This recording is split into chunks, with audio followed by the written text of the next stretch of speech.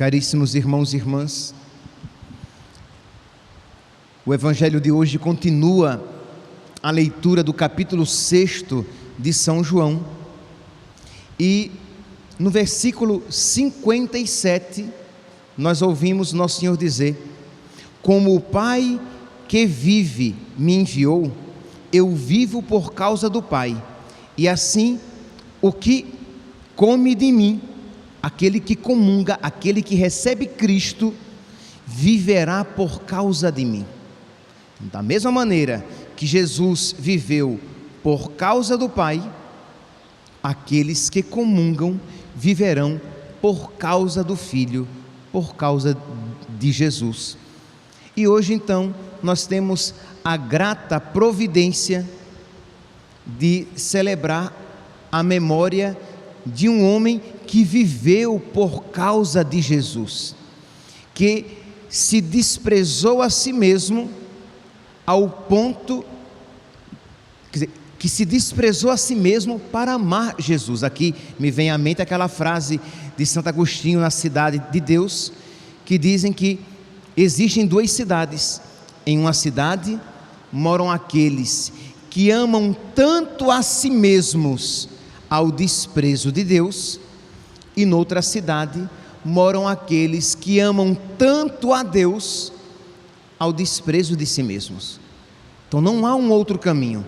Ou nós iremos amar a Deus em primeiro lugar e iremos nos colocar em segundo plano, ou iremos nos amar em primeiro lugar e colocar Deus em segundo plano.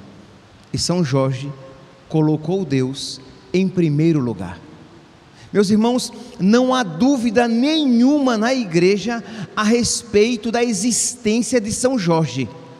Nós podemos ter dúvidas sobre alguns acontecimentos relatados sobre ele, lendas criadas em cima da sua existência, mas nós não temos dúvidas nenhuma de que aquele jovem militar, nascido na Capadócia, hoje Turquia, de que ele existiu e era um jovem cristão, de filho de pais cristãos, de classe alta.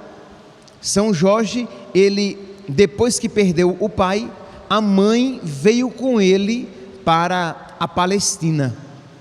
E só retornando aqui, a sua existência é algo tão clara, tão segura, que Constantino, o imperador cristão, já no século IV, já havia mandado construir uma igreja em honra a São Jorge. Imagine, São Jorge morre em 303, no dia 23 de abril de 303, no início do século IV. E Constantino, neste mesmo século, já mandou construir uma igreja. No Egito, no século V, já havia mais de 40 igrejas consagradas a ele. E hoje nós temos vários países, cidades e igrejas dedicados a São Jorge. A Inglaterra, Portugal, Lituânia, o Oriente, que chama São Jorge de o grande mártir. Então nós temos vários lugares dedicados a ele. Então a sua existência é indubitavelmente, sem dúvida, quer dizer, nós não temos dúvidas da sua existência. Pois bem, então voltemos à sua vida. Então ele era um jovem cristão, e que quando foi com a sua mãe lá para a Palestina, ele resolveu ingressar na vida militar. E era um jovem inteligente, corajoso, de uma capacidade organizativa muito grande, de uma grande força física e de um porte nobre. E isso fez com que ele crescesse rapidamente na vida militar. Com 23 anos, ele já era capitão e já trabalhava na corte imperial, na corte de Diocleciano. Diocleciano, que foi um dos maiores perseguidores dos cristãos. E neste período em que ele, promovido, na corte imperial, em que ele tinha tudo para crescer na vida, Diocleciano resolve baixar um decreto em que todos os cristãos deveriam ser eliminados. O decreto foi para o Senado, e no Senado, São Jorge se levanta e critica a maldade daquele decreto, dizendo que aquilo não era justo, que não era justo fazer aquilo com os cristãos. Isto é, pelo simples fato dele isso fazer, ele já estava se expondo e se mostrando cristão. E aí Diocleciano ficou revoltado, o imperador, porque viu que o cristianismo já tinha se infiltrado, inclusive na corte e entre os seus militares. Mandou então, primeiramente tentou persuadi-lo, prometendo-lhe grandes coisas, riqueza, altos cargos, e ele negou, porque, meus santos, e isso, repito, isso não pode, pelo amor de Deus, ser uma realidade que nós sabemos apenas de cabeça. Isso precisa ser uma realidade que nós cremos no coração. Cristo é a nossa maior riqueza. Então era loucura, era perda de tempo o imperador querer oferecer cargos, riquezas e dons para São Jorge, porque quem a Deus tem, nada falta. Se vos possuo, nada mais me atrai neste mundo. Salmo 72, versículo 25. Se eu vos possuo, se eu tenho Deus, nada mais me encanta os olhos. Só vai me encantar os olhos aquelas coisas e pessoas que me levam a Deus. Aí sim, mas se me afastam de Deus, se me afastam de Jesus, aquelas realidades são esterco, como diria São Paulo. Pois bem, então, vendo que não tinha conseguido persuadir Jorge com os bens da terra, tentou então persuadi-lo com o temor. Então ele foi submetido a várias sessões de tortura, e as torturas dos romanos eram o cavalete, em que esticava a pessoa até soltar as articulações, algo muito doloroso. Uma outra era sujar a pessoa com vísceras e carnes podres, e depois amarrá-lo no chão onde houvesse ratos e vermes, para que ele passasse o dia inteiro tendo os vermes corroendo juntamente a sua carne e os ratos. Outro era matar um burro, um jumento, tirar as vísceras do jumento e colocar a pessoa dentro da barriga, depois de flagelada, colocar a pessoa dentro da barriga do jumento, fechar e deixar apenas a cabeça pelo lado de fora, para que aquela carne fosse apodrecendo com a pessoa dentro, e vindo as aves de rapina, né, tentando comer a carne podre, juntamente ferindo a própria pessoa. Então eram torturas crudelíssimas, e diz que ao final de cada sessão de tortura, Jorge era levado diante do imperador, e o imperador perguntava: você renuncia a Cristo? E você aceita os deuses pagãos? E ele dizia: eu não renuncio a Cristo, Cristo é o meu Senhor. Meus irmãos, é muito bonito ver isso, embora doloroso, é muito bonito ouvir isso, mas, como diz São Pedro Damião, numa homilia do século XI, São Damião diz que isso não deve ser apenas visto, mas isso deve ser imitado. Isto é, nós precisamos, quando nós celebramos um mártir, quando o padre, o sacerdote está ali vestido de vermelho, do sangue daquele mártir, isso deve nos levar à imitação. Então nós precisamos pedir a Jesus que Ele nos conceda a graça e nós precisamos colaborar com essa graça que Deus vai nos conceder, ou melhor, já nos concedeu. Se você é batizado, você já tem a graça de amar a Deus acima de todas as coisas. E se você é batizado, se você recebe Jesus na Eucaristia, se você é crismado, você tem as graças necessárias para amar a Deus acima de todas as coisas.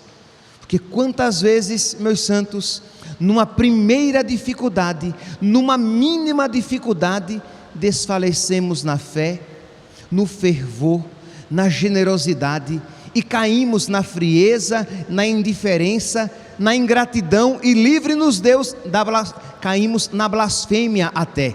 Livre-nos Deus disso.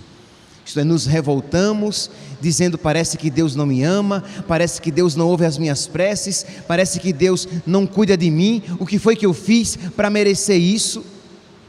Quer dizer, na primeira dificuldade, já nos afastamos de Deus.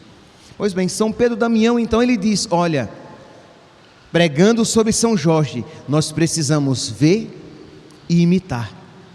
Pedir a Jesus, então, que Ele nos conceda esta força para que nós vivamos a nossa fé até o sangue, como diz a carta aos Hebreus, resistir até o sangue.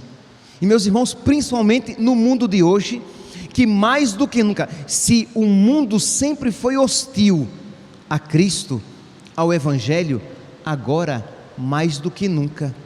E não nos será dada uma opção de viver Cristo sem perder alguma coisa. Nós queremos ser cristãos, mas sem perder nada.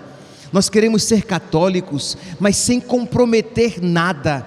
Nós queremos ser católicos sem sacrifício. Nós queremos ser católicos sem dor. Nós queremos ser católicos sem cruz. Nós queremos ser católicos, como se diz, católico Nutella. Não, meus santos, isso não é para nós.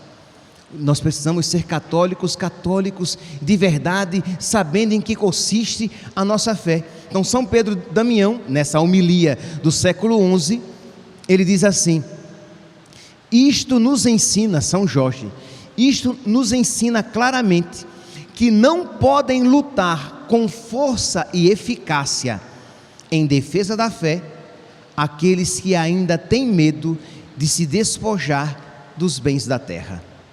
Isto é, não poderá lutar por Cristo aquele que ainda está apegado às coisas da terra.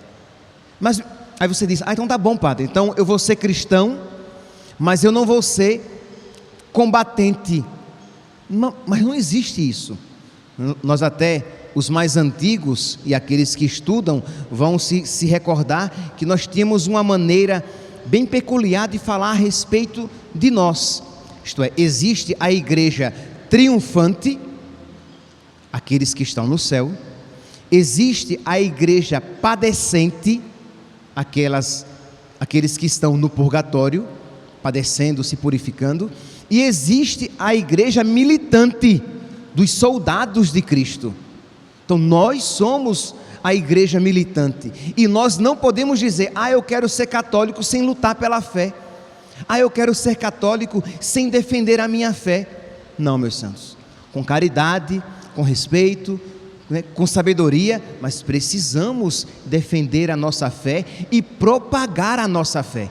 Imagine se São Jorge dissesse: não, eu quero salvaguardar o meu emprego. Imagine se eu falar isso, eu vou perder o meu emprego, eu não serei mais capitão. E o que é que eu serei se capitão eu não for? Então nós precisamos olhar para esses exemplos do passado e ver que ainda em algumas profissões, ainda isso não chegou, mas está chegando cada vez mais. Vocês lembram, eu preguei já a respeito disso, acho que há uns 2 anos, de casas religiosas, orfanatos religiosos na Inglaterra, que foram fechados. Por quê? Porque as irmãs estavam sendo obrigadas a dar as crianças em adoção a casais homossexuais. E como elas não podiam fazer isso, elas tiveram que fechar as suas casas, as suas creches, porque um cristão não pode dar uma criança para ser adotada por um casal homossexual. Ah, padre, mas o mundo vai achar que eu sou antiquado, que eu sou preconceituoso. Mas o mundo está se tornando tão anticristão, não é apenas diferente, mas contrário, tão contrário a Cristo, que a nossa fé se tornará criminosa. E aqui, meus santos, eu já falei isso há muito tempo, sem sombra de dúvidas, há 10 anos que eu falo isso, e a cada dia nós estamos nos aproximando e vendo que isso se tornará real. O cristianismo se tornará criminoso, isto é, será crime se tornar cristão, porque as nossas posturas de há 2000 anos não serão mais aceitas pela cidade, pelo país, pelo mundo. Nós chegaremos a um ponto que o chamado direito de consciência, liberdade de consciência de alguns médicos que ainda podem dizer que não vão abortar, que não vão praticar o aborto, em que isso não será mais respeitado, de modo que um católico não poderá ser médico, porque quando ele trabalhar em um hospital, num pronto-socorro, ele terá que realizar aquele serviço médico que lhe for apresentado.